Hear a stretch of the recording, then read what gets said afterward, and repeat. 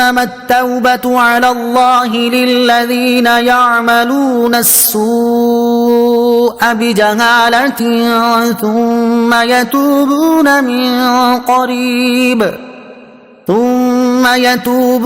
من قريب فأولئك يتوب الله عليهم وكان الله عليما حكيما۔ ترجمہ، وہ توبہ جس کا قبول کرنا اللہ نے اپنے فضل سے لازم کر لیا ہے وہ انہی کی ہے جو نادانی سے برائی کر بیٹھیں پھر تھوڑی دیر میں توبہ کر لیں، ایسوں پر اللہ اپنی رحمت سے رجوع کرتا ہے اور اللہ علم و حکمت والا ہے۔ ثم یتوبون من قریب، پھر تھوڑی دیر میں توبہ کر لیں۔ اللہ تعالیٰ کی عظیم رحمت ہے کہ گناہ کے بعد توبہ کرنے پر معاف فرما دیتا ہے اور موت کے وقت توبہ قبول فرماتا ہے۔ یہاں فرمایا گیا کہ جو گناہ کر کے تھوڑی دیر میں توبہ کر لیں، تو یہاں تھوڑی دیر سے مراد 1-8 گھنٹہ یا 2-4 سال نہیں، بلکہ موت سے پہلے جب بھی توبہ کر لی وہ قریب ہی شمار ہوگی۔ ہاں، جب موت کا عالم طاری ہو جائے اور غیب کا معاملہ ظاہر ہو جائے تو اس وقت توبہ مقبول نہیں۔ وَكَانَ اللَّهُ عَلِيمًا حَكِيمًا، اور اللہ علم و حکمت والا ہے۔ اسلام میں توبہ کا قانون بنانا عین حکمت و علم پر مبنی ہے۔ جن دینوں میں توبہ نہیں ان کے ماننے والے گناہ پر زیادہ دلیر ہوتے ہیں، کیونکہ مایوسی جرم پر دلیر کر دیتی ہے اور معافی کی امید توبہ پر ابھارتی ہے۔ جس شخص کو پھانسی کی سزا سنا دی گئی ہو اسے سب سے جدا قید میں رکھا جاتا ہے تاکہ کسی اور کو قتل نہ کر دے، کیونکہ وہ اپنی زندگی سے مایوس ہو چکا ہے، اور جسے ایک مقررہ مدت تک سزا کے بعد رہائی کا حکم ہوا اسے دیگر مجرموں کے ساتھ قید میں رکھا جاتا ہے۔ اس سے یہ خطرہ نہیں ہوتا کیونکہ اسے رہائی کی امید ہے۔ وَلَيْسَتِ التَّوْبَةُ لِلَّذِينَ يَعْمَلُونَ السَّيِّئَاتِ حَتَّى إِذَا حَضَرَ أَحَدَهُمُ الْمَوْتُ قَالَ إِنِّي تُبْتُ الْآنَ وَلَا الَّذِينَ يَمُوتُونَ وَهُمْ كُفَّارٌ أُولَئِكَ أَعْتَدْنَا لَهُمْ عَذَابًا أَلِيمًا۔ ترجمہ، اور ان لوگوں کی توبہ نہیں جو گناہوں میں لگے رہتے ہیں، یہاں تک کہ جب ان میں کسی کو موت آئے تو کہنے لگے اب میں نے توبہ کی، اور نہ ان لوگوں کی کوئی توبہ ہے جو کفر کی حالت میں مرے، ان کے لیے ہم نے دردناک عذاب تیار کر رکھا ہے۔ وَلَيْسَتِ التَّوْبَةُ، اور توبہ قبول نہیں۔ اوپر والی آیت میں توبہ کی قبولیت کا جو وعدہ گزرا اس کی وضاحت کر دی گئی۔ اب ان افراد کے بارے میں بتایا جا رہا ہے کہ جن کی توبہ قبول نہ ہوگی۔ آیت میں سیئات سے مراد گناہ ہوں تو معنی یہ ہوگا کہ جو لوگ کفر کے علاوہ دیگر گناہوں میں ملوث رہے، جب موت کے آثار ظاہر ہوئے، عذابات الہی کا مشاہدہ کر لیا اور روح حلق تک آ پہنچی، اب توبہ کریں تو مقبول نہیں، لیکن یہ وقت آنے سے پہلے ایک لمحہ پہلے بھی اگر توبہ کر لی تو قبول ہے۔ اور اگر ان مسلمانوں کی توبہ مقبول نہ بھی ہو تب بھی وہ افراد ہمیشہ جہنم میں نہ رہیں گے۔ اللہ تعالیٰ چاہے تو انہیں بخش دے، چاہے تو سزا دے، لیکن سزا پوری ہونے کے بعد جنت میں جائیں گے۔ البتہ وہ لوگ جو کافر مرے، قیامت کے دن ان کی توبہ قبول نہیں، یعنی کسی صورت نجات نہ پائیں گے، ہمیشہ ہمیشہ جہنم کے عذاب میں مبتلا رہیں گے۔ ایک قول یہ ہے کہ آیت میں سیئات سے مراد کفر ہے۔ اس صورت میں معنی یہ ہوگا کہ وہ کفار جو موت کے آثار دیکھ کر، یعنی غیب کا مشاہدہ کرنے کے بعد اپنے کفر سے توبہ کریں اور اپنے ایمان کا اقرار کریں، تو ان کی یہ توبہ اور اقرار ایمان قابل قبول نہیں۔ ایسی توبہ تو فرعون نے بھی کی تھی۔ یوں ہی وہ لوگ جو حالت کفر میں مر گئے، یعنی بوقت موت بھی توبہ نہ کی، تو وہ ہمیشہ کے لیے جہنم کی سزا پائیں گے۔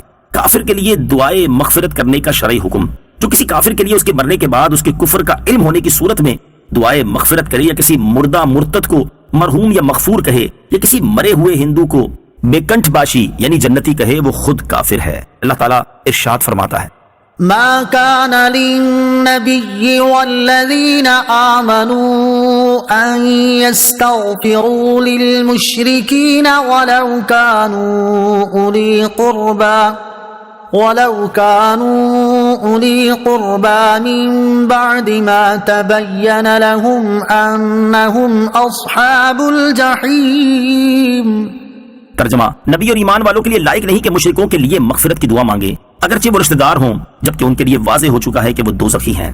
یا ایھا الذین آمنوا لا یحل لکم ان ترثوا النساء کرہا ولا تعضلوهن لتذهبوا ببعض ما آتيتموهن إلا أن يأتين بفاحشة مبينة وعاشروهن بالمعروف فإن كرهتموهن فعسى أن تكرهوا شيئا ويجعل الله فيه خيرا كثيرا۔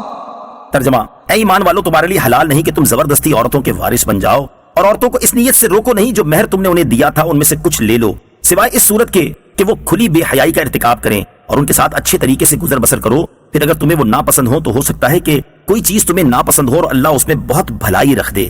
لا يحل لكم ان ترثوا النساء کرہا. تمہارے لیے حلال نہیں کہ تم زبردستی عورتوں کے وارث بن جاؤ. اسلام سے پہلے اہل عرب کا یہ دستور تھا کہ لوگ مال کی طرح اپنے رشتہ داروں کی بیویوں کے بھی وارث بن جاتے. پھر اگر چاہتے تو مہر کے بغیر انہیں اپنی زوجیت میں رکھتے یا کسی اور کے ساتھ شادی کر دیتے اور ان کا مہر خود لے لیتے, یا انہیں آگے شادی نہ کرنے دیتے بلکہ اپنے پاس ہی رکھتے تاکہ انہیں جو مال وراثت میں ملا ہے وہ ان لوگوں کو دے دیں, اور تب یہ ان کی جان چھوڑیں, یا عورتوں کو اس لیے روک رکھتے کہ یہ مر جائیں تو یہ روکنے والے لوگ ان کے وارث بن جائیں. الغرض وہ عورتیں ان کے ہاتھ میں بالکل مجبور ہوتی اور اپنے اختیار سے کچھ بھی نہ کر سکتی تھی. اس رسم کو مٹانے کے لیے یہ آیت نازل فرمائی گئی. لِتَذْهَبُوا بِبَعْدِ مَا آتَيْتُمُوهُنَّ, تاکہ جو مہر تم نے انہیں دیا تھا اس میں سے کچھ لے لو. حضرت عبداللہ ابن عباس رضی اللہ تعالیٰ عنہما نے فرمایا کہ یہ آیت اس شخص کے متعلق ہے جو اپنی بیوی سے نفرت رکھتا ہو اور اس کے ساتھ بدسلوکی اس لیے کرتا ہو کہ وہ پریشان ہو کر مہر واپس کر دے یا مہر معاف کر دے. اس سے اللہ تعالیٰ نے منع فرما دیا. ایک قول یہ ہے کہ لوگ عورت کو طلاق دیتے پھر رجوع کر لیتے پھر طلاق دیتے, اس طرح عورت کو معلق یعنی لٹکا ہوا رکھتے تھے. وہ نہ ان کے پاس آرام پا سکتی نہ دوسری جگہ شادی کر کے گھر بسا سکتی. اس کو منع فرمایا گیا. بیویوں پر ظلم و ستم کرنے والے غور کریں. یہاں جو حالات زمانہ جاہلیت کے بیان کیے جا رہے ہیں ان پر غور کریں کہ کیا انہی حالات پر اس وقت ہمارا معاشرہ نہیں چل رہا.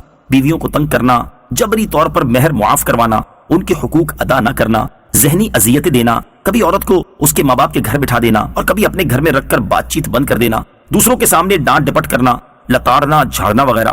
عورت بیچاری شوہر کے پیچھے پیچھے پھر رہی ہوتی ہے اور شوہر صاحب فرعون بنے آگے آگے جا رہے ہوتے ہیں. عورت کے گھر والوں سے صراحتاً بیوی کے ذریعے نت نئے مطالبے کیے جاتے ہیں, کبھی کچھ دلانے اور کبھی کچھ دلانے کا. الغرض ظلم و ستم کی وہ کون سی صورت ہے جو ہمارے گھروں میں نہیں پائی جا رہی. اللہ عز و جل کرے کہ قرآن کی آیتیں ان لوگوں کو سمجھ آ جائیں اور وہ اپنی اس بری روش سے باز آ جائیں. نیز ان آیات کی روشنی میں وہ لوگ بھی کچھ غور کریں جو اسلام سے شرمندہ سے رہتے ہیں اور ڈھکے چھپے الفاظ میں کہتے ہیں کہ اسلام میں عورتوں پر بہت سختیاں ہیں. وہ دیکھیں کہ اسلام میں عورتوں پر سختیاں کی گئی ہیں یا انہیں سختیوں سے نجات دلائی گئی ہے. فَعَسَىٰ أَن تَكْرَهُوا شَيْئًا, تو ہو سکتا ہے کوئی چیز تمہیں ناپسند ہو. گھروں کو امن کا گہوارہ بنانے کے لیے ایک بہت عمدہ نفسیاتی طریقہ بیان کیا جا رہا ہے. بیوی کے حوالے سے فرمایا گیا کہ اگر بد خلقی یا صورت اچھی نہ ہونے کی وجہ سے عورت تمہیں پسند نہ ہو تو صبر کرو اور بیوی کو طلاق دینے میں جلدی نہ کرو, کیونکہ ممکن ہے کہ اللہ تعالیٰ اسی بیوی سے تمہیں ایسی اولاد دے جو نیک اور فرما بردار ہو, بڑھاپے کی بے کسی میں تمہارا سہارا بنے. مثبت ذہنی سوچ کے فوائد. یہ طریقہ صرف میاں بیوی کے تعلقات میں نہیں بلکہ زندگی کے ہزاروں معاملات میں کام آتا ہے. اس طریقے کو مثبت ذہنی سوچ کہتے ہیں. یعنی اگر کسی کام یا چیز میں خرابی کی کوئی صورت پائی جا رہی ہے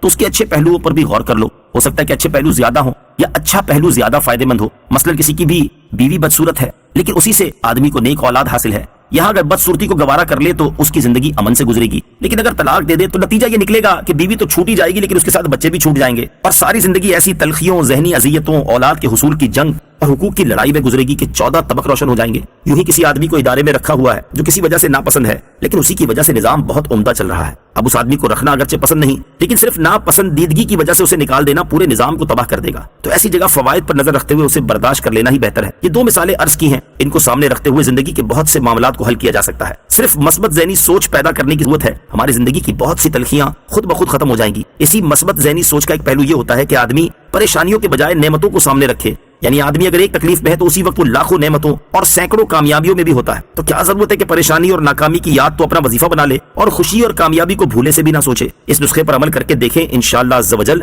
زندگی میں خوشیاں ہی خوشیاں بھر جائیں گی.